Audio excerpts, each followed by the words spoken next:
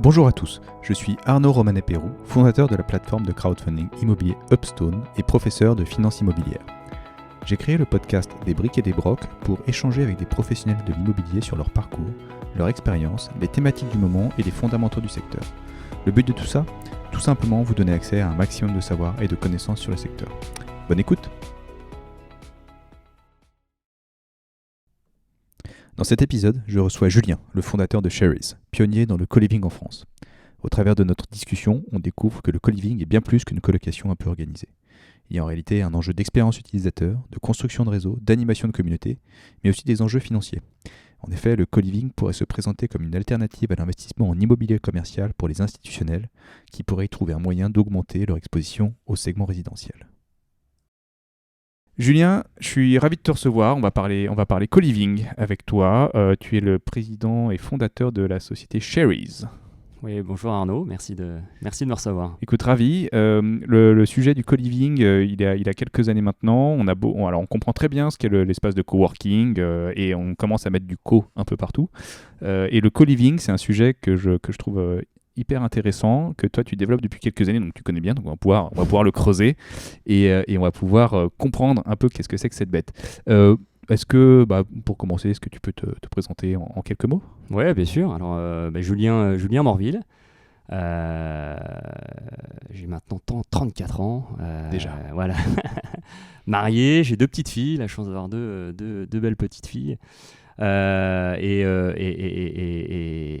évidemment, j'ai 2 passions dans la vie, l'immobilier, évidemment, hein, mais aussi le sport. Voilà. Enfin, le sport, la montagne, c'est quelque chose qui est important pour moi.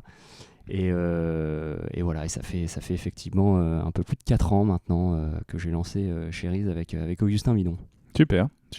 Alors l'histoire de Sharries, donc c'est de trouver et de structurer des solutions de co-living. Oui. Voilà.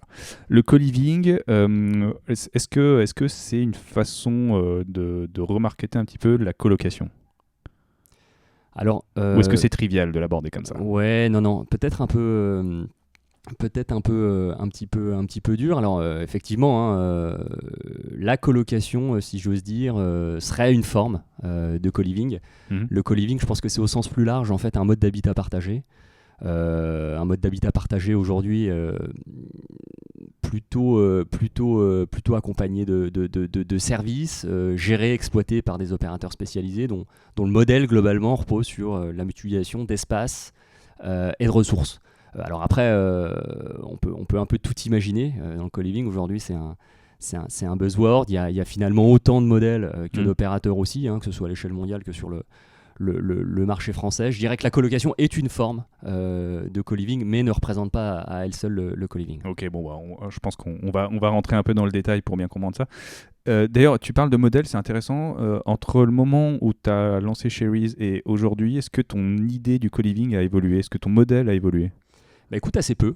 Ouais. Assez peu. Alors, la boîte, elle a 4 ans, donc c'est peu, mais c'est en même temps beaucoup à l'échelle du co-living sur le marché français. Et non, dès le départ, on a eu cette intuition d'un produit résidentiel, voilà, qu'il fallait réinventer, notamment en milieu urbain. Donc, pour expliquer un petit peu le modèle de Sharries, le modèle sur lequel on se développe aujourd'hui sur l'ensemble du marché français, c'est un modèle de résidence urbaine mixte qui propose évidemment une solution de logement. Alors c'est à la fois du logement individuel et du logement partagé.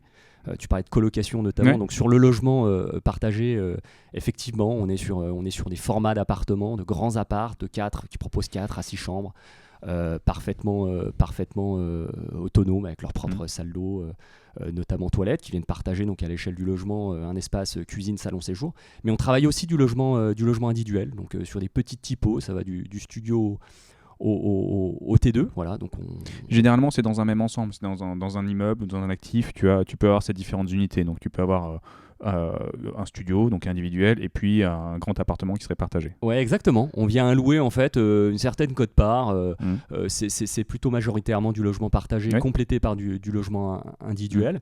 Mais j'imagine que la typologie des actifs fait que c'est pas toujours possible d'avoir que des grands appartements. Voilà, et ça joue aussi sur la typologie au sein même du logement individuel, où quand on est plus ou moins contraint, effectivement, on va plutôt orienter la location sur du terrain bis, du studio ou du T2. Donc l'idée, c'est de proposer aussi des services. Donc ceux qui sont dans le grand appartement, ils ont quoi ? Alors effectivement, l'offre de logement, donc je parlais de l'individuel et du partagé, est environnée par une offre de service globalement, donc à destination de l'ensemble des résidents de l'immeuble. Alors c'est du service aujourd'hui qui peut représenter sur nos gros formats. On est sur des tailles de résidence de volume que je qualifierais plutôt d'intermédiaire. On travaille des sujets entre 1000 et 6000 m² environ. Donc vous représentez ces services vite 8 à 10% globalement de la surface globale de l'immeuble. Donc on met l'accent vraiment sur le service et on est convaincu qu'elle participe évidemment grandement à l'expérience qu'on va pouvoir procurer à nos résidents. Donc c'est du fitness, c'est des espaces événementiels, c'est des espaces multimédia. Et ça va jusqu'à la traditionnelle, si j'ose dire, laverie revisitée. Donc tous ces services sont en libre accès à destination de nos résidents et on propose, puisque tu parlais d'offres, des espaces qui sont entièrement plug and play. Donc nos logements sont intégralement aménagés. Donc l'idée, c'est que tu as les meubles, tu as tous les forfaits internet, électricité, tout ce qui va bien. Tout ça est inclus dans ton tarif et tu peux arriver avec tes fringues. Quoi. C'est ça, un petit peu sur le modèle hôtelier, effectivement, l'idée... c'était d'avoir une solution vraiment clé en main qui va jusqu'à la fourniture du linge de maison et les produits du quotidien. D'accord. Oui, ce que j'avais pas forcément envisagé, c'est tout le côté, les à côté avec la salle de cinéma, avec la salle de fitness. Donc là, oui, ça fait partie de la gamme de services parce que le type qui est dans sa chambre ou dans son studio, je veux dire, de quoi bénéficie-t-il comme service finalement par rapport à une colocation où là chacun a sa chambre et bénéficie d'un grand salon qui est partagé, j'imagine. Il a ces services-là. Exactement, il a accès à ces différents services. L'idée étant, alors, pour revenir sur la façon qu'on a eu d'allouer finalement logement individuel et partagé, l'idée c'était évidemment de capitaliser sur un produit le plus évolutif, modulable que possible, mais aussi résilient et réversible dans le temps. L'idée étant de se dire, on a demain une programmation qui est adaptée aux besoins et aux usages de ces actifs aujourd'hui, mais l'idée, et on le sait, ces besoins, ces usages évoluent dans le temps aussi. Donc c'était d'avoir un produit, l'idée donc qui effectivement colle le plus possible à ce que recherchent nos résidents, avec différentes échelles aussi de partage. Aujourd'hui, on a des résidents qui sont plutôt orientés vers des produits individuels avec accès aux services, quand d'autres vont rechercher un maximum de convivialité et privilégier plutôt les appartements partagés. Et quand je parlais d'échelle de partage, c'est effectivement cette échelle de partage au niveau du logement partagé, au niveau globalement de l'offre de logement, donc avec l'accès à ces différents services, et plus largement aussi à l'échelle de la résidence, puisqu'on vient compléter en fait le logement et le service par arrêt de chaussée de nos immeubles aussi, et c'est là où on vient hybrider la programmation, c'est une des particularités du modèle, par une offre de restauration et d'espaces de travail de proximité. Donc on imagine là aussi une autre échelle de partage, puisque notamment ces espaces, donc arrêt de chaussée, sont ouverts au public, ouverts sur l'extérieur, une échelle de partage quasiment à celle du quartier. Donc ça va, en fait, on dépasse un peu le modèle du juste co-living qu'on pouvait assimiler de la colocation. On est vraiment sur une hybridation de l'usage de l'actif immobilier, donc un usage mixte. Complètement, ouais. qui proposerait à la fois du logement individuel ou du logement à plusieurs en coloc, en co-living, et d'autres usages sur les surfaces restantes qui pourraient être de la restauration, de l'espace de bureau, parce que on l'a bien vu avec les thématiques de confinement, quand on doit travailler de chez soi, s'il y a un endroit qui est un peu plus adapté, qui peut ressembler un peu plus à un bureau, c'est peut-être plus propice à un bon travail en tout cas. Complètement, ouais. Donc voilà, après j'imagine que c'est une solution qui est pas forcément duplicable sur tous les actifs, parce que chaque actif est un petit peu différent en termes de typologie, d'arrangement. Est-ce que tous les rez-de-chaussée peuvent s'y prêter ou est-ce que en fait tu as différents cas de figure qui s'appliquent à différents cas d'actifs? Oui, bien sûr. Non, l'idée, encore une fois, aujourd'hui, Chéris se définit comme globalement une marque de logement qui porte l'ambition de réinventer toute cette expérience, si j'ose dire, qui environne l'univers du résidentiel locatif. Notamment en zone urbaine. Donc effectivement, si le modèle aujourd'hui de résidence mixte propose, tel que je l'ai un petit peu défini, ce logement, ces services, cette restauration, ces espaces de travail, aujourd'hui on sait rester agile et on vient s'adapter au marché, à la qualité des actifs et contraintes aussi qu'on peut rencontrer, bien sûr. Et alors du coup, pour revenir un peu sur le retour du marché, c'est que là vous avez déjà ouvert des espaces. Oui. Et alors il y a l'espace parisien Édouard VII. Ouais, effectivement. Il est configuré comment celui-ci concrètement? Alors, c'est une seule solution de logement sur Edward VII, effectivement. C'est nos derniers espaces ouverts sur Paris. C'était pas le meilleur exemple pour commencer alors. Alors, non, mais alors si, ça a le mérite de mettre en avant déjà un partenariat hyper intéressant avec une foncière côté de premier plan qui est SFL sur un actif, un ensemble immobilier globalement assez emblématique. Qui est le Square Edward VII. Et donc là, on vient opérer une trentaine de clés, effectivement, pour SFL, où on a développé notre solution d'habitat partagé avec service. Sur l'hybridation globalement du produit, aujourd'hui, c'est vrai que Place Edward VII, en plein Paris, au sein de l'ensemble immobilier, avec des restos à pied d'immeuble, une salle de sport en face et des espaces de travail, si je veux dire, ça n'a pas forcément beaucoup de sens. Ça n'avait pas forcément beaucoup de sens. Après, ce qui est particulièrement intéressant sur le sujet d'Edward VII, c'est qu'on a pu tester notamment un des axes de distribution auxquels on croit beaucoup, qui est la mise en place de contrats et de partenariat, si je dis corpo. Donc c'est des espaces qu'on a commercialisés donc avec SFL auprès d'utilisateurs d'SFL notamment. Donc on a des locataires bureaux, donc clients d'SFL, présents sur l'ensemble Edward VII et puis à proximité sur le cloud. Donc des résidents aujourd'hui qui nous viennent de Netflix, qui nous viennent de Blablacar, qui nous viennent de Facebook. Donc finalement une solution intéressante et rentable pour SFL. Donc des utilisateurs résidentiels, c'est ça? Exactement. J'avais peur que ce soit... j'avais compris bureau du coup. Donc c'est des gens qui bossent dans ces bureaux-là de Facebook, de Netflix, etc. et qui sont logés dans cette solution. C'est ça, exactement. Okay, voilà. super. Donc, là, c'est majoritairement du studio, ou c'est de l'individuel, ou c'est du collectif? C'est du collectif. Voilà, ce sont des logements partagés. On propose entre 4 et 6 chambres pour les plus grands espaces. Ouais. Ok. Du coup, ça m'amène à la question de qui est la cible, en fait. Qui sont les gens qui sont intéressés par cette solution? Il y a un spectre assez réduit, un spectre assez large. C'est qui la typologie d'utilisateurs? Alors, aujourd'hui, le spectre est encore relativement large. Il faut dire qu'on a un recul encore relativement limité sur le sujet. Aujourd'hui, l'actif, moi, je le caractériserais, le profil, pardon, je le caractériserais tout d'abord d'actif. C'est un actif qui est urbain. On est sur la localisation, nous, quasiment... toujours évidemment très centre urbaine, un actif plutôt jeune, le jeune professionnel, donc on parle beaucoup des millennials notamment sur cette tranche d'âge 25-35, il peut être aussi plus âgé que ça. Aujourd'hui on est sur de l'actif en transition, globalement, qu'elle soit de vie pro ou perso. D'accord. Donc là, c'est vrai que... Alors, je refais un parallèle avec la colocation, mais ne m'en veux pas. La colocation, on imagine que c'est un truc de jeunes, d'étudiants, parce que c'est une solution qui permet d'avoir des appartements peut-être un peu plus grands, qu'on partage avec des copains. Mais en fait, ça, c'est pas vraiment la cible du co-living aujourd'hui. Non. On est plutôt sur du jeune professionnel. C'est ça. Qui est en transition, qui n'a pas forcément acheté son appartement, qui n'a peut-être pas envie d'acheter son appartement aujourd'hui, qui a envie d'avoir une solution un peu sympa, avec peut-être tout clé en main, parce que peut-être qu'il va rester 6 mois, peut-être qu'il va bouger dans une autre ville, et donc ça simplifie les démarches finalement. Oui, complètement. En fait, aujourd'hui, on adresse encore une fois le produit à un profil de résident cible qui recherche... de la commodité, de la flexibilité, de la qualité et de la convivialité dans l'offre. Donc aujourd'hui, effectivement, le caractériser à proprement dit, c'est compliqué, mais ça colle aujourd'hui assez bien avec les besoins et les usages de nos jeunes actifs. Ouais. D'accord, donc c'est une cible de 25-30 ans? Ouais, un peu plus âgé globalement, ouais, en tout cas sur les profils qu'on a aujourd'hui en gestion. Ouais. Ok, donc il n'y a pas de famille?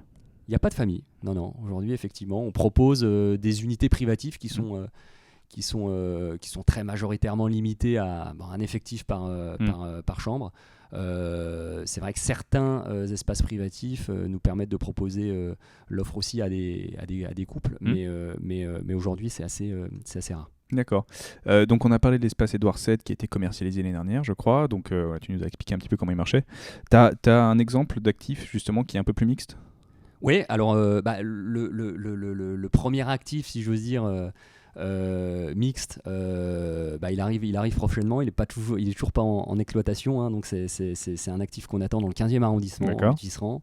Un actif qui va proposer donc là pour le coup une solution d'hébergement individuel partagé du service et ce principe de socle actif effectivement avec restauration et espace de travail. Quand tu parles de restauration, du coup, c'est un coin pour manger, c'est un coin où tu peux acheter à manger Non, c'est un vrai concept F&B qu'on a développé avec une agence de conseil qui est d'Épure, avec l'ADN, notre propre ADN, qui est celle de Sherry's, un concept all day long qui sera évolutif au cours de la journée. Aujourd'hui sur un format de type plutôt coffee shop si on devait le caractériser, des formats qui font entre 90 et 150 mètres carrés environ. D'accord. Donc c'est pas juste un distributeur, il y a quelqu'un qui, il y a de la préparation de nourriture, il y a des trucs un peu frais. Ok. Non, bien sûr. Ouais. Non, on a poussé une vraie offre de restauration, encore une fois, de façon à apprécier le mieux possible aussi l'expérience globale qu'on va pouvoir proposer demain à nos utilisateurs sur nos résidences. D'accord. Il y a comme une cuisine du coup dans les ensembles que tu proposes. Quand tu es colocataire ou co-liver, je sais pas comment on appelle les gens d'ailleurs. Ouais, on les appelle on les appelle un peu comme on veut aujourd'hui. D'accord. Effectivement, on parle beaucoup de co-liver, mais nos résidents ont accès effectivement, ont leur propre cuisine. Ouais. D'accord, donc il y a une cuisine qui est partagée, ça fait partie des espaces partagés dans les ensembles collectifs. Ouais. L'espace événementiel effectivement présente un espace un peu bar, cuisine conviviale. Ok. Mais si tu veux, tu as la restauration au rez-de-chaussée qui te permet Exactement. de te nourrir. Et donc ça, j'imagine, ça, comme tu l'expliquais pour Édouard VII, où là, l'environnement alentour fait qu'il n'y a pas nécessairement besoin de faire une solution de restauration.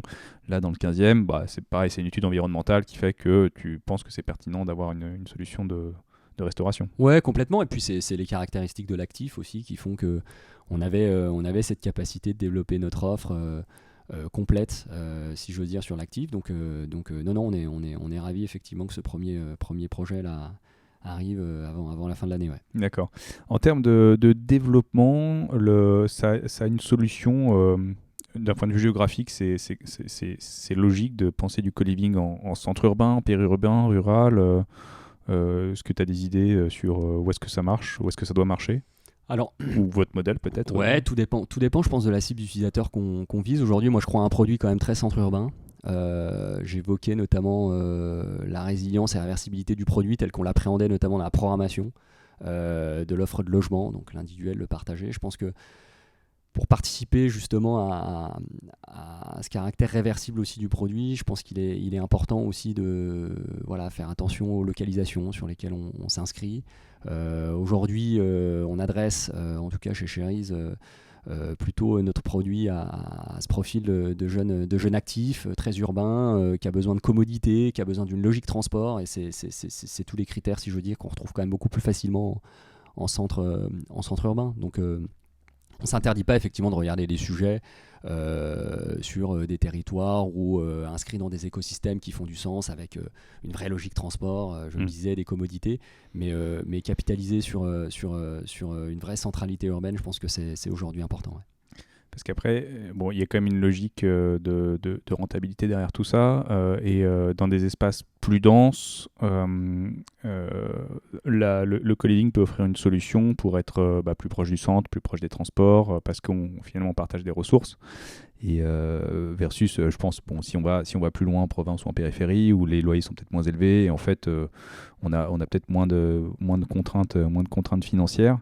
Là, d'ailleurs, d'un point de vue financier, donc si on compare les loyers, du coup, qu'est-ce que ça propose comme valeur d'être en colocation sur un grand appartement par rapport à avoir son studio? Alors, on a évoqué le fait que être en co-living avec Sherry's, donc c'est tout inclus, donc tu n'as pas à t'embêter à prendre ton forfait internet, ton électricité, à résilier tout ça le moment où tu t'en vas, à gérer toutes les embrouilles. Donc tu as un package, donc forcément, comme tout est inclus, est-ce qu'on peut dire c'est plus cher, c'est moins cher? Est-ce que c'est pas une bonne façon de le voir? Non, mais globalement, l'idée, c'était que ce soit moins cher. D'accord. Donc, l'idée, une des vertus, je pense, du produit, c'est de rendre aussi, quand on porte l'ambition de réinventer l'expérience de logement, c'est de rendre aussi ce produit qui est le logement plus accessible pour une expérience globalement qui est quand même beaucoup plus qualitative. Donc l'approche aujourd'hui qu'on a, elle est assez rationnelle. On définit le budget logement de la zone sur lequel on s'inscrit. Donc le budget logement de la zone, c'est ni plus ni moins que le loyer que tu vas payer pour louer ton studio. Corriger les coûts associés essentiels que sont tes contrats, tes consommations, donc c'est Internet, c'est ta fiscalité et autres. Et on définit ainsi en fait le budget logement de la zone. Et on arrive, nous, à l'échelle d'une résidence, sur des volumes importants et en packageant l'ensemble, à proposer globalement à même budget une expérience qui est beaucoup plus intéressante, qui va beaucoup plus loin, qui est sans commune mesure, évidemment, par rapport à ce qu'offre le marché, puisque agrémenté de tous ces services complémentaires que j'évoquais tout à l'heure. Donc aujourd'hui, on est sur un produit qui est accessible pour globalement une expérience qui est beaucoup plus intéressante que sur le marché traditionnel. Ok, donc c'est super intéressant cette analyse. C'est-à-dire vous regardez en gros le loyer de marché, ou en tout cas le coût du logement dans la zone. On raisonne vraiment budget logement. Ouais. Et donc l'idée, c'est de s'approcher de cette d'être ISO sur cette valeur, et exactement, de proposer quelque chose qui est une meilleure expérience utilisateur, on va dire.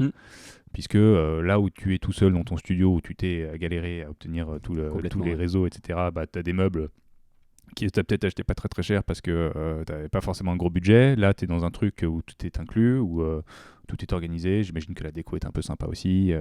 Ouais, effectivement. Donc, on met l'accent à soigneusement travailler aussi la qualité déco. Alors, sur le sujet, d'ailleurs, sans tomber dans l'aseptisation, si je veux dire, de nos espaces. D'ailleurs, l'idée, et ça on travaille le sujet là, ça fait pas mal de temps maintenant, étant de proposer aussi la personnalisation des espaces. Encore une fois, on est sur un pur produit résidentiel, donc on l'offre, si j'ose dire, à des profils demain de résidents qui s'inscriront dans la durée, enfin qui assureront une occupation stabilisée des lieux. Donc l'idée, c'est qu'ils se l'approprient aussi. Voilà, encore une fois, quand je parle d'expérience au global, c'est fini l'appart-hôtel aseptisé, la déco Ikea, c'est pas l'idée. Donc voilà, demain chez Chéri, vous avez la possibilité de choisir un lait de tapisserie, quelques objets, personnaliser un peu vos espaces privatifs, c'est aussi un peu l'idée. Ouais. D'accord, donc tu anticipes que les locataires seraient susceptibles de rester quelques années dans ces espaces. Parce que la question que je me posais, et on n'a peut-être pas encore trop de recul, c'est le taux de rotation des locataires. Finalement, est-ce que c'est une solution qui est plutôt court terme? Est-ce que c'est une solution aujourd'hui qui est court terme et que vous envisagez plutôt sur le long terme pour les locataires? C'est quoi le retour de marché aujourd'hui? Aujourd'hui, si on imagine adresser encore une fois le produit à une cible de résidents, donc plutôt en transition, la transition, on le sait, ça ne s'articule pas forcément du jour au lendemain. Nous, on construit nos BP sur des durées d'occupation moyennes qui sont de l'ordre de 9 mois. En réalité, au regard du recul qu'on a aujourd'hui sur nos sites en exploitation, les durées d'occupation sont beaucoup plus importantes que ça. D'accord. On a une proposition de valeur aujourd'hui sur le marché qui est sans commune mesure, on le disait, et on a su rendre en fait nos résidents hyper captifs. C'est-à-dire que l'expérience aujourd'hui apportée par Chéri, elle fait réfléchir notre résident à 2 fois avant de quitter les espaces. Et il arrive assez souvent, puisqu'on aime bien avoir la visibilité sur la durée d'occupation de nos résidents, de discuter avec des gens qui sont partis pour 6 mois et puis qui en fait 1 an et demi plus tard sont encore là et préfèrent, j'ai un cas concret en tête, se taper 45 minutes de train le matin pour aller sur leur lieu de travail plutôt que d'avoir lâché leur espace et s'être regaléré sur un autre marché à trouver quelque chose qui ne convenait pas. Donc ça c'est assez révélateur. Ouais.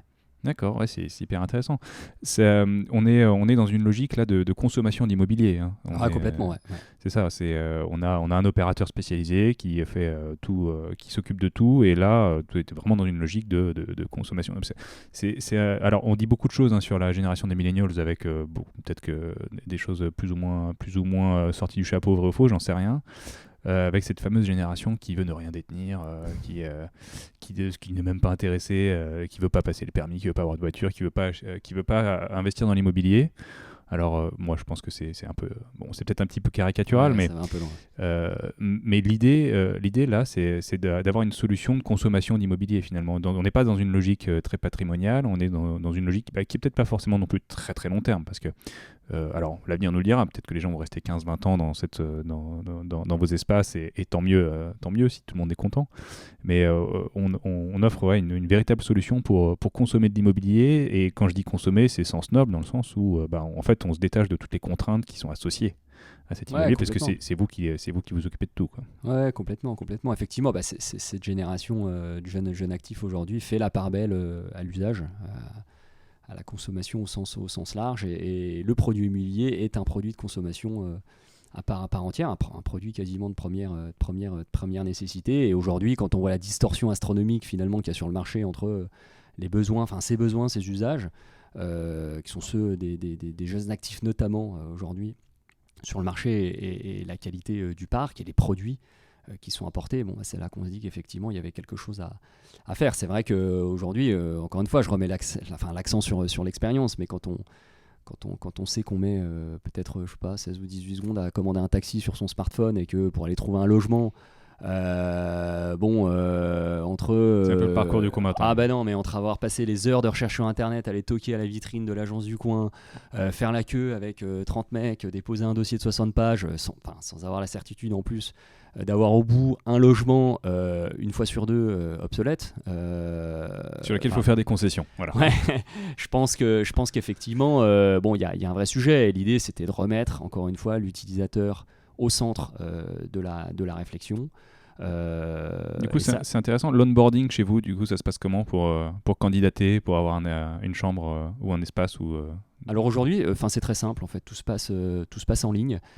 Ça participe aussi à l'expérience qu'on veut créer. Dès l'accès au produit, globalement, vous candidatez via le site. Je vous invite d'ailleurs à y faire un tour, cheris.co. Vous sélectionnez vos espaces, déposez vos documents. Et puis signer votre bail en ligne jusqu'à l'entrée dans les lieux. Derrière, vous avez accès à une application, donc c'est assez simple, même au day-to-day. Demain, si vous avez un désordre, ou vous souhaitez tout simplement communiquer avec le manager du site ou les autres résidents, tout comme aller revendre votre vélo sur un marketplace, en fait tout se fait via l'application, et de façon totalement digitale. D'accord, donc il y a même une application qui te permet de communiquer avec entre colocs sur l'actif en question, j'imagine, et peut-être plus largement sur les autres actifs. Ouais, sur l'actif en question, et plus largement aussi, l'idée c'est de capitaliser aussi sur créer une communauté. Une sorte de communauté, effectivement. On met l'accent quand on parle d'expérience aussi sur la dynamisation globalement aussi au sein de la résidence, au travers de l'organisation d'événements réguliers. Donc tout ça passe aussi par une bonne gestion des relations entre nos résidents. L'idée, c'est de favoriser aussi les échanges de résidents entre différents sites. Donc tout ça, effectivement, c'est fluidifié aujourd'hui par le digital. Ouais. Oui, ce que j'avais pas en tête, c'est effectivement cette fluidification de l'expérience de l'accession. C'est-à-dire que effectivement trouver un appartement en location, alors sur le marché parisien, qui est encore un marché spécifique, c'est un peu la croix et la bannière. Faut pousser les portes des agences immobilières, faut faire tout se loger, tout le PAP, pour essayer de faire des visites avec des personnes qui ont des dossiers toujours meilleurs, donc ou faire appel à ses parents quand on a 35 ans. Voilà, pour avoir une caution, c'est un peu infantilisant, mais ça fait partie du jeu. Et donc c'est vrai que c'est le point douloureux, on va dire. Et ça, ce que tu proposes en tout cas, c'est d'avoir une expérience qui est beaucoup plus fluide, beaucoup plus sympa. Mais du coup, est-ce que tu fais pas face à un engorgement de demandes, avec beaucoup de demandes que tu peux pas traiter aujourd'hui, ou est-ce que tu t'attends à ça? Aujourd'hui, comment ça se passe? Alors effectivement, aujourd'hui, on essuie automatiquement un nombre de demandes qui est beaucoup plus important que l'offre qu'on a à mettre à disposition. Il continue à y avoir de la pédagogie autour du produit co-living, qui est pas forcément un produit encore très très bien assimilé sur le marché français. S'il l'est sur d'autres marchés, c'est une classe d'actifs à part entière, notamment en Asie, aux US, au UK. C'est vrai qu'en France, on est encore resté, si j'ose dire, au stade de la colocation. En tout cas, aujourd'hui, on n'est pas encore franchement franchement éduqué au sujet co-living. Donc, mais ça va venir. Dans l'entretemps, nous, on aura aussi sorti les différents projets qui sont dans le pipe. Faut savoir que aujourd'hui, Chéri, c'est une quinzaine de projets en cours de développement pour un peu plus de 50 000 m². Ça représente 1300 clés à l'horizon 2023. Donc, plutôt région parisienne ou pas forcément. Région parisienne, région tout court. Okay. On croit beaucoup à notre développement aussi en province. J'allais te parler de ça, du développement du réseau, parce que j'imagine que alors il y a le réseau déjà national, puis après il peut y avoir une dimension internationale où tu te dis bon, aujourd'hui je travaille à Paris, mais peut-être que je vais travailler à Bordeaux demain. J'ai bien aimé l'expérience Sherry's, donc j'aimerais bien rester locataire chez eux, et ils ont peut-être une solution à Bordeaux, donc je vais taper à la porte. Et en fait là, j'imagine qu'on peut encore imaginer un transfert de dossier ou une expérience utilisateur qui est démentielle, où voilà, c'est hyper simple de juste prendre ses valises, de se dire voilà, je connais, je sais comment ça marche, j'ai plus qu'à poser mes valises dans ma nouvelle résidence, tout a été fluidifié. Alors on s'est arrangé sur l'agenda parce que bon, c'est pas toujours aussi simple, mais donc le réseau national pour alors proposer de la valeur à tes locataires qui seraient amenés à déménager, avoir peut-être des formations longues ou des chantiers ou des déplacements, des déplacements un peu longs. J'imagine que ça a une valeur énorme. Ouais, clairement. Non, mais ça, c'est quelque chose qu'on travaille effectivement, et c'est une vraie proposition de valeur, comme tu le dis, encore une fois, dans un contexte où les usages ont radicalement évolué. Et comme tu le disais, aujourd'hui, on est à Paris, potentiellement dans 6 mois, on est à Bordeaux ou à Bruxelles même. On parlait de réseau national, mais je pense qu'à l'échelle internationale, ça fait d'autant plus de sens. D'ailleurs, nous, on commence à se développer sur notamment le Benelux, où il y a une vraie demande. Là aussi, donc tu as raison effectivement de le préciser. L'approche réseau, elle passe aussi par là, par un maillage territorial aussi très très très important, et qui crée de la valeur pour le résident. Ouais, je suis toujours en tête les gens qui vont travailler à l'étranger pour quelques mois, quelques années. Alors là, on est encore un peu tôt dans le marché pour avoir des gros acteurs internationaux, mais j'idéalise le modèle en me disant voilà, on arrive dans un pays qu'on ne connaît pas, on ne sait pas comment ça marche, comment on fait un dossier, comment on peut trouver une coloc, comment on trouve une sous-location, comment on trouve un logement. Et en fait, l'expérience du co-living permet de fluidifier tout ça, parce qu'on a des plateformes digitalisées qui vont proposer cette expérience fluide de voilà, je sais que dans 6 mois, je vais travailler à Londres, j'ai besoin d'un logement là-bas, je cherche le Sherry's. Si Sherry's est là-bas, je me connecte sur leur site, je regarde leurs offres, et puis voilà, je n'ai même pas eu à me déplacer, que j'ai pu trouver un logement là-bas sans galérer, quoi. Ouais, complètement. Mais aujourd'hui, on le voit, nos espaces sont commercialisés sans qu'il y ait de visite, ni même physique des parce que tu as une présentation honnête de tes espaces qui est transparente, où tu as beaucoup de photos. Ouais, complètement. On a mis en place notamment aussi la visite virtuelle. Une visite virtuelle de qualité aujourd'hui, voilà, qui nous permet quand même assez largement de réaliser de la qualité de nos espaces. Donc non, aujourd'hui, encore une fois, on a une proposition de valeur, elle est forte, l'utilisateur il en prend conscience. On a mis les outils aussi en place de façon à fluidifier globalement cet accès aux produits, et tout se fait effectivement de façon digitale. Ouais, donc en plus j'imagine que l'idée, c'est de limiter l'effet de surprise, parce que quand tu visites un appart dont tu as vu l'annonce avec les 3 photos floues faites sans recul, parce que les appartements sont pas forcément super grands, tu es un peu déçu, mais tu sais que le marché, c'est le marché, donc tu es obligé un peu d'accepter. Là, tu évacues cet effet de surprise pour qu'il n'y en ait pas, et que justement en fait, tu n'as même pas besoin de visiter, parce que tu sais très bien comment c'est et à quoi tu t'attends, quoi. Ouais, complètement. Et puis de toute façon, l'entrée d'un locataire est associée aussi à des coûts d'acquisition.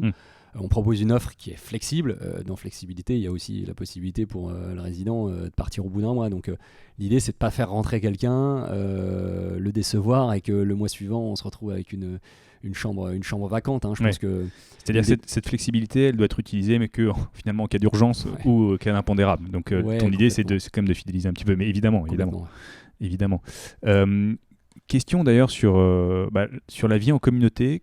Alors bon, les gens qui sont dans leurs unités individuelles, il n'y a pas de souci, mais dès que tu réunis des gens dans un appartement qui se connaissent pas forcément ou pas forcément bien dès le départ, comment est-ce que tu dois donner des règles de bonne pratique, des règles de bonne conduite? Est-ce que il n'y a pas de surprise? Comment ça se passe? Alors, il y a sur le papier effectivement un pacte de vie, si je veux dire, en communauté qui régit certaines règles. Après, ce qu'on réalise, c'est que, en fait, en pratique, la démarche d'accéder à une offre de type co-living, enfin de type plus largement d'habitat partagé, globalement suffit presque. Si j'ose dire, à valider le profil du résident. C'est les gens qui ont envie en fait d'être en co-living. Non. La démarche est faite, donc à partir de là, si je veux dire, c'est déjà un très grand pas.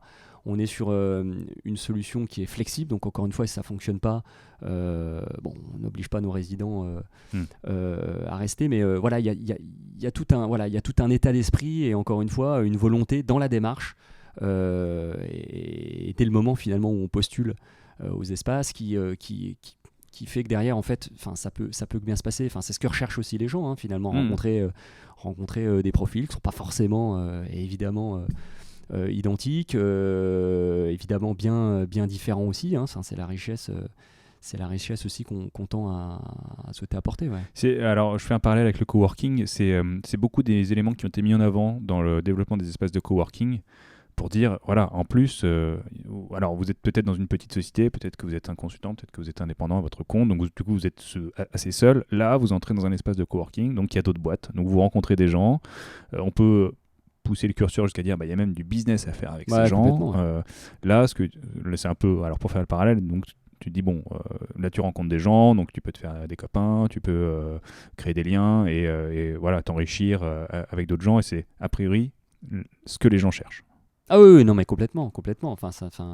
Au-delà de la richesse dans les échanges donc au quotidien, il y a aussi potentiellement effectivement ce réseau. Tu le dis très bien. Ce que recherchent aussi les gens et qui fait la richesse globalement du mode d'habitat aujourd'hui qu'est le co-living. Ouais. D'accord. Donc donc c'est vraiment une offre qui va correspondre à une demande.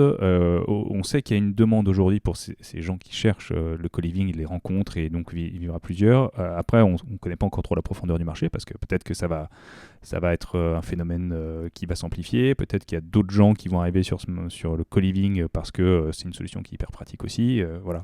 Ouais, alors après, si on ne connaît pas précisément du moins la profondeur du marché, on sait qu'elle est assise quand même sur des fondamentaux assez tangible. On parlait de cette cible déjà des millennials, donc des 25-35 ans qui représentent aujourd'hui la profondeur générationnelle la plus importante qu'on ait jamais connue. C'est 50% des actifs. Faut le savoir, cette tranche-là. Derrière, on est dans une société où les mœurs font que le nombre de personnes par ménage n'a fait que se concentrer aussi ces dernières années. Il faut savoir qu'aujourd'hui, il y a un tiers des ménages donc en France composés d'une personne seule, donc ça fait quand même un petit peu de monde.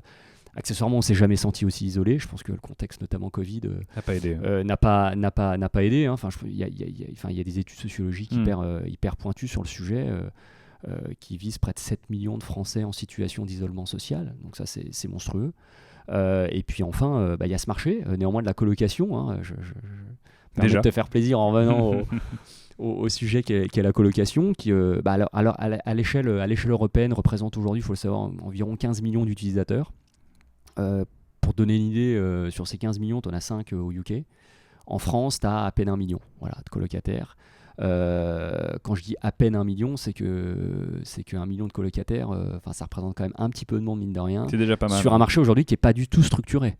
Il faut le savoir, et où il n'y a pas d'offre à proprement dite pour répondre potentiellement à une demande qui est beaucoup plus importante que ça. Donc entre cette profondeur générationnelle finalement, ce sujet qui est sociétal, cette concentration du nombre de personnes par ménage, ces parcours de vie un peu plus chaotiques qu'à un moment donné aussi, et l'isolement conjugué à ces fondamentaux du marché de la colocation, aujourd'hui, je me dis qu'il y a un petit peu de place quand même sur le marché. Oui, mais je pense au marché anglo-saxon, et notamment le marché londonien, où effectivement la coloc est de rigueur en fait quand on arrive, et même quand on est jeune professionnel, parce qu'en fait les loyers sont tellement élevés que pour avoir une solution un peu sympa de logement qui serait un peu centrale, bah en fait c'est la colocation qui prime, quoi. Sur le marché parisien, on n'est pas sur des niveaux de loyer similaires, on est quand même sur des niveaux de loyer plus raisonnables, mais ça n'empêche pas que ça permet peut-être de maîtriser ses coûts et d'avoir une bonne solution de logement. Mais je comprends pourquoi c'est plus ancré dans la mentalité anglaise, parce que voilà, le pôle londonien est tellement énorme et il y a tellement d'actifs et les prix de l'immobilier sont tellement élevés que voilà, pour pas avoir à subir son heure et demie de transport, parfois il faut accepter d'être en coloc. Alors tu disais que le marché, il y a des opérateurs anglo-saxons le marché est un peu plus mature qu'en France. Alors moi j'ai vécu à Londres il y a quelques années en colocation aussi, et il n'y avait absolument aucun acteur qui existait à ce stade. Donc c'est arrivé aussi relativement récemment, je dirais sur les 10 dernières années. Ouais. Et on a aujourd'hui, donc il y a des gros acteurs qui opèrent sur le marché. Ouais, il y a de très gros acteurs au UK, mais effectivement c'est pas le premier marché.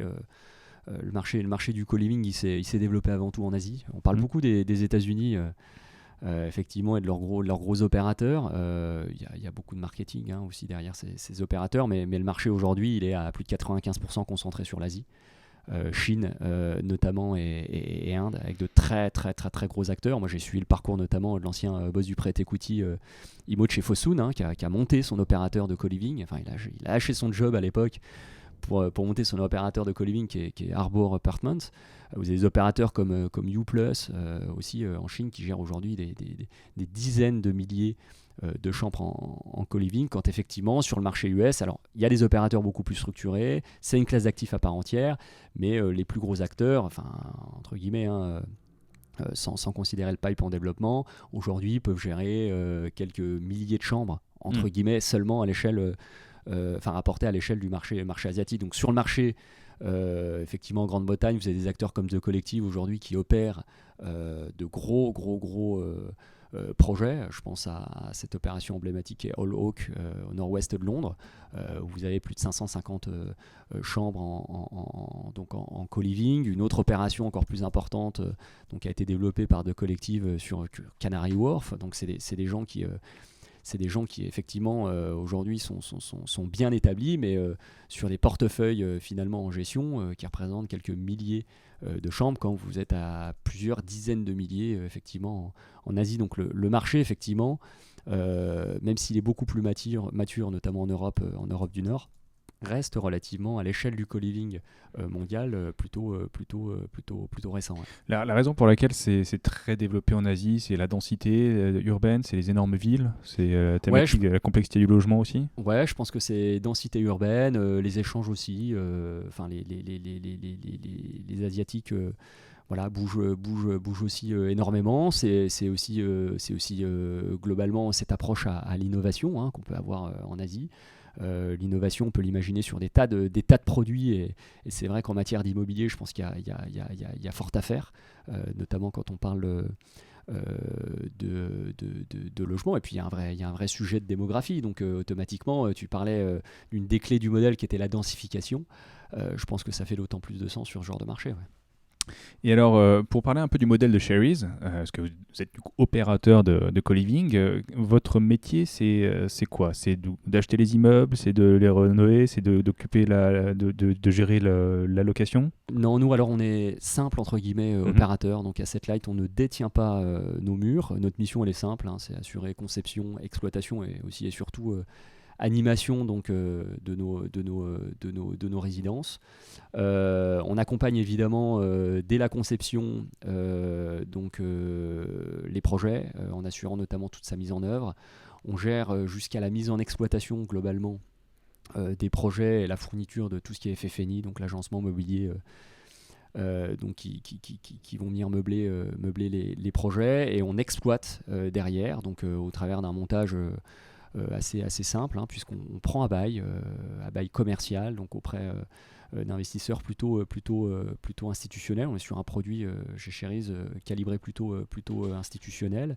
Donc on prend à bail commercial sur des durées fermes qui peuvent aller jusqu'à 10 ans, et le modèle de rémunération en gros consiste à venir marger sur l'exploitation, donc finalement entre le loyer qu'on va reverser à l'investisseur et les revenus qu'on va générer de nos résidents. Donc je suis institutionnel, donc je suis un fonds de pension, je suis une assurance, je suis une foncière, j'ai de l'immobilier, donc j'ai alors résidentiel ou d'ailleurs plateau de bureau, je ne sais pas si on peut avoir une conversion. L'idée c'est que je viens te voir, je te dis moi j'ai un immeuble, je pense qu'on peut faire une résidence de co-living dedans. Tu viens, tu me proposes une mission d'accompagnement pour faire tous les travaux. Apporter les meubles, ta solution, et ensuite tu me prends à bail la surface et toi tu te débrouilles pour trouver les locataires, pour gérer la rotation des locataires, enfin voilà.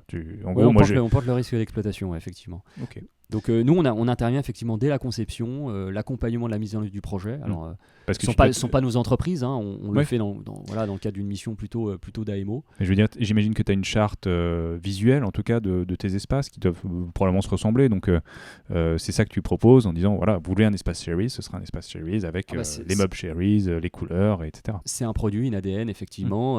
Aujourd'hui on travaille au travers d'un cahier des charges techniques et fonctionnelles assez précis. On vient effectivement s'inscrire dans les particularités que peuvent avoir certains marchés, certains actifs aussi. L'idée c'est de ne pas venir dénaturer et d'aseptiser encore une fois le produit, mais plutôt de jouer avec ses qualités. Mais effectivement, voilà, l'idée c'est d'avoir quand même une certaine ligne de conduite. Et comme derrière on contractualise via des baux commerciaux, on sécurise des flux sur des périodes plutôt longues, comporte donc effectivement le risque d'exploitation.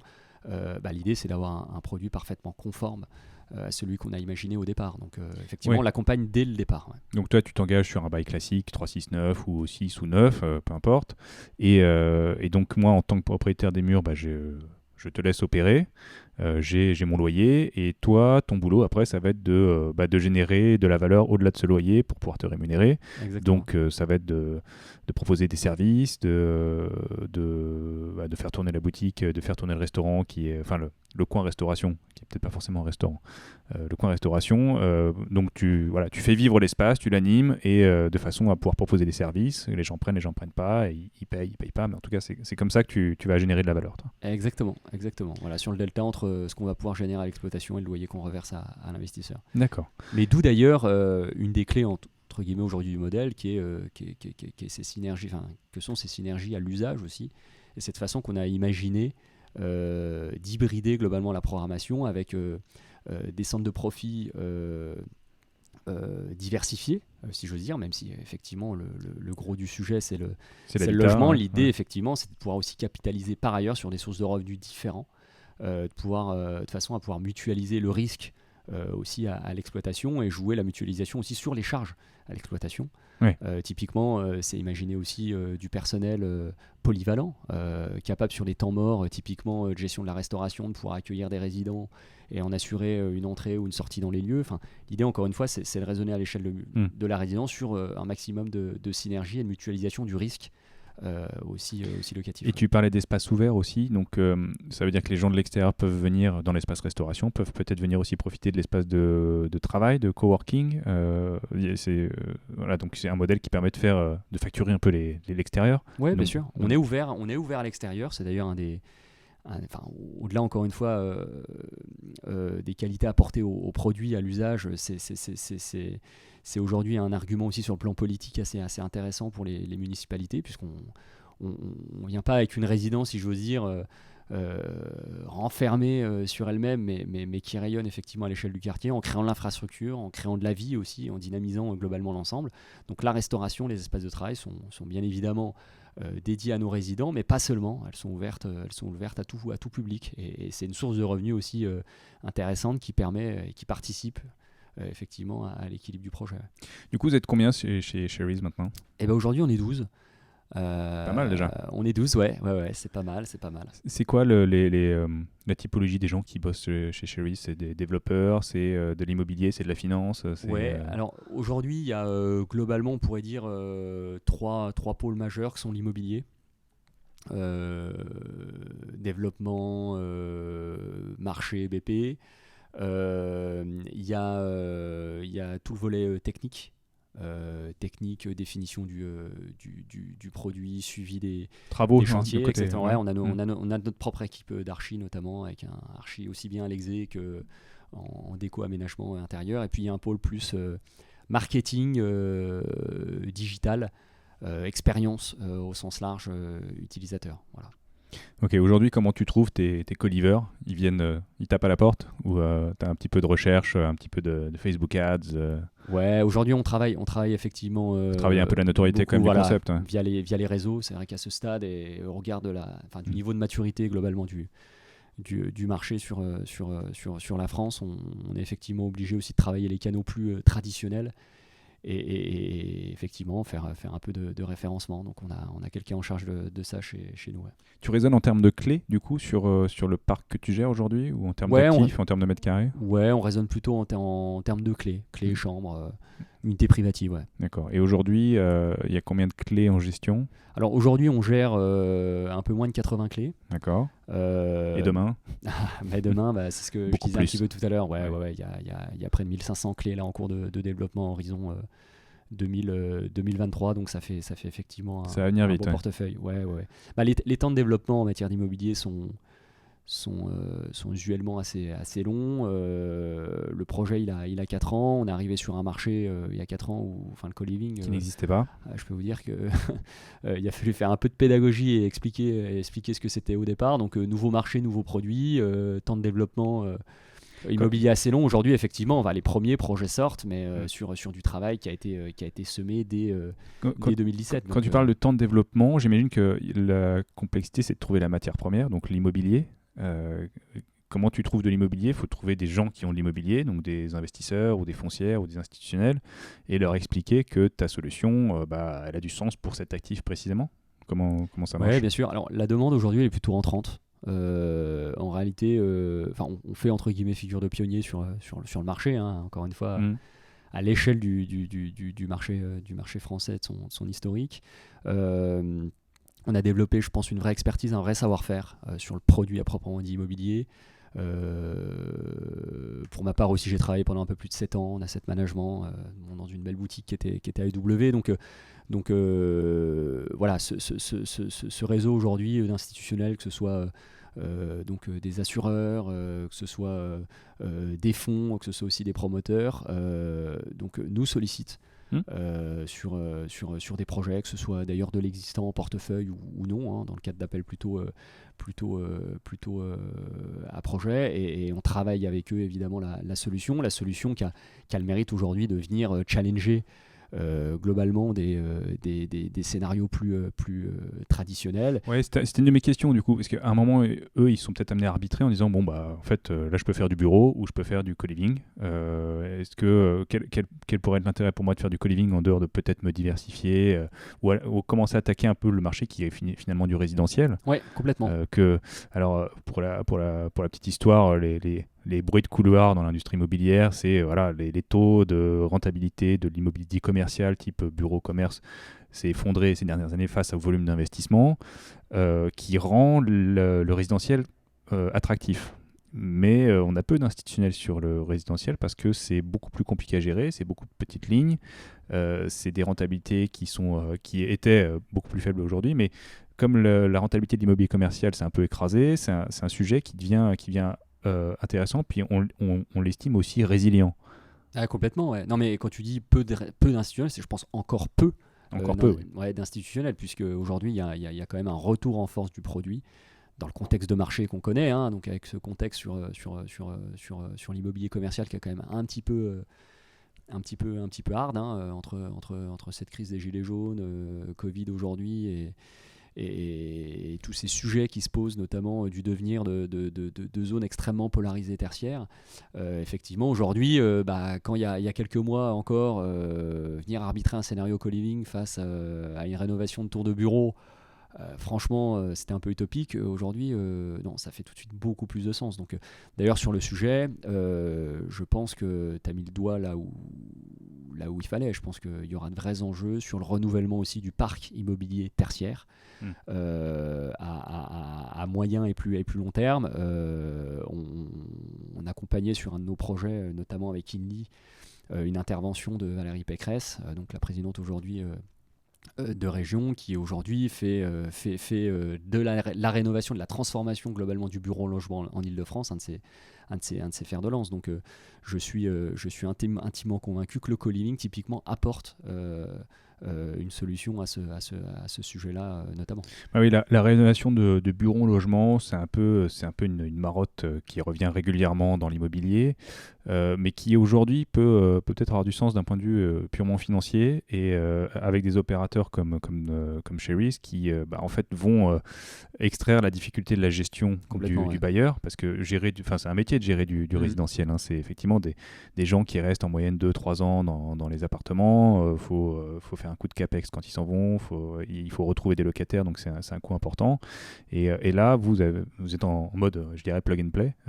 Vous prenez à bail, donc je ne sais pas si on peut parler de rentabilité. Est-ce qu'on est sur des choses qui sont comparables à l'immobilier commercial? Est-ce que pour le bailleur, du coup, enfin pour le propriétaire, est-ce que il y a un arbitrage financier, ou est-ce que ça fait de la diversification? Quelles sont les raisons pour lesquelles ils peuvent choisir Sherry's pour opérer son immeuble? Aujourd'hui, il y a le côté alternatif du produit, ça c'est évident. La résilience du sous-jacent résidentiel, ça aussi c'est évidemment essentiel. Et en termes de rentabilité, il faut se le dire, aujourd'hui on arrive à dégager des niveaux de rendement qui sont supérieurs à du rési classique, tout en absorbant un risque locatif qui n'est pas le même que sur une tour de bureau ou du local commercial. Donc effectivement aujourd'hui, le produit d'un point de vue immobilier, si on a parlé jusque-là effectivement de l'expérience et de ce produit dont l'utilisateur était au centre, il a aussi beaucoup de vertus côté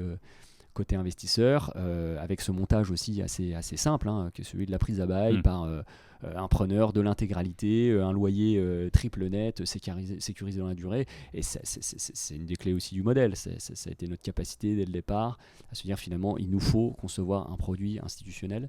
Ouais. Et aujourd'hui, les institutionnels, de toute façon, seront toujours amenés à faire du résidentiel. Le résidentiel, l'idée c'est de le penser aussi un petit peu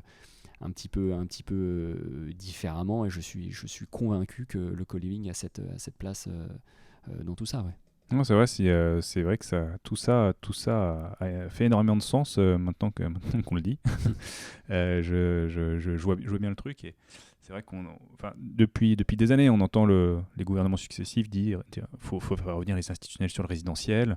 C'est un produit compliqué, le résidentiel, et voilà. C'est une bonne façon, ouais. Et ça peut être une bonne façon de le déployer et de le développer, où finalement tout le monde est content, j'ai l'impression, parce que le propriétaire des murs a un loyer qui est pas râlé pas crête, il est un loyer de marché, voire même plus.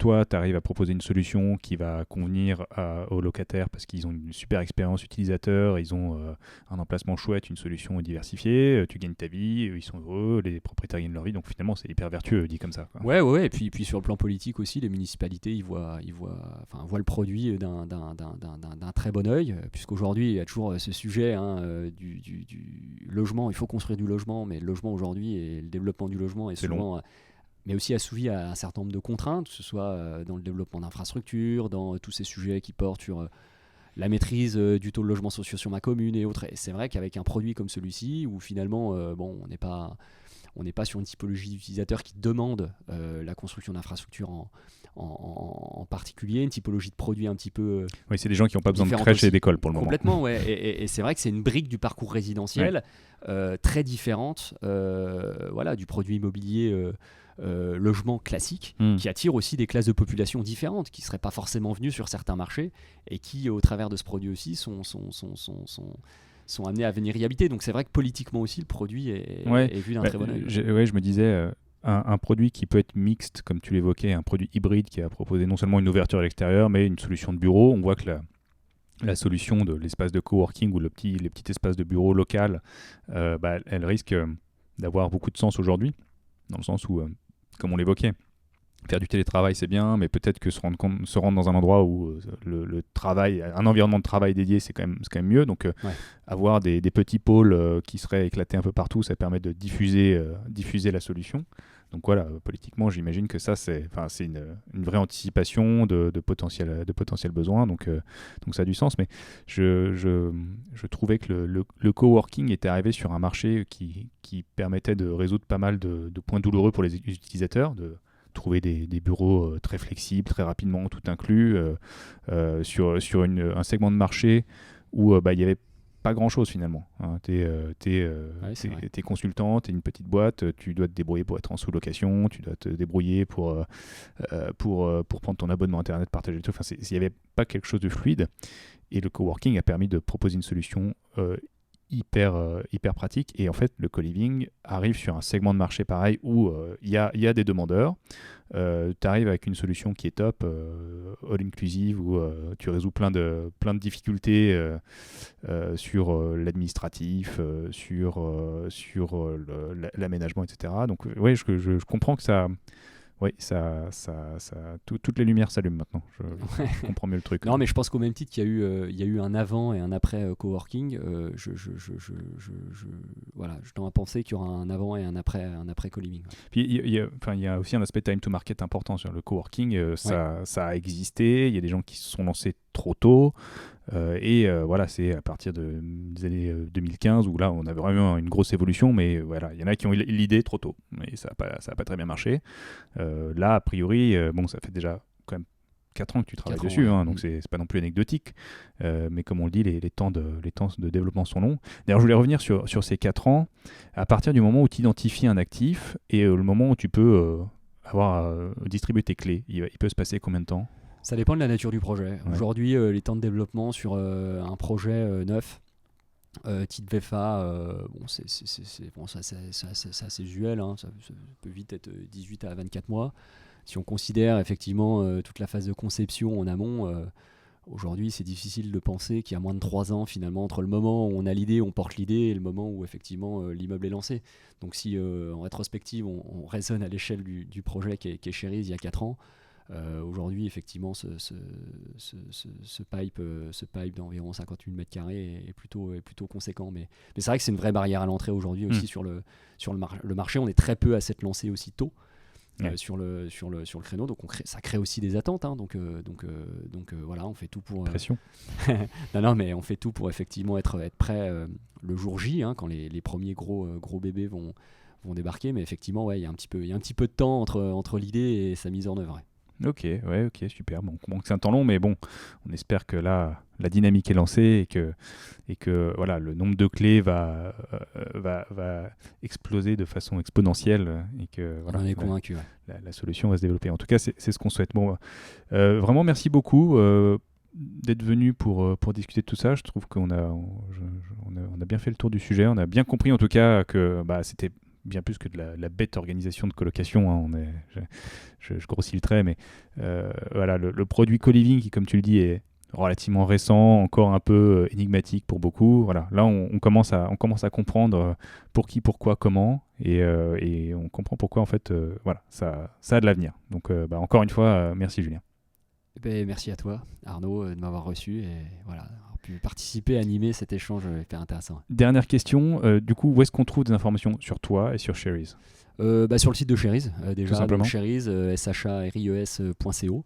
En ligne, je vous invite à aller visiter notamment les derniers espaces qu'on a ouverts et petite visite virtuelle plutôt sympa. Je vous laisserai juger de la qualité des espaces. Sinon, on a une page évidemment LinkedIn. Vous pouvez nous retrouver aussi sur Facebook @enco, et puisqu'on recrute notamment en ce moment, faut pas hésiter à nous envoyer vos candidatures via hello@sharies.co.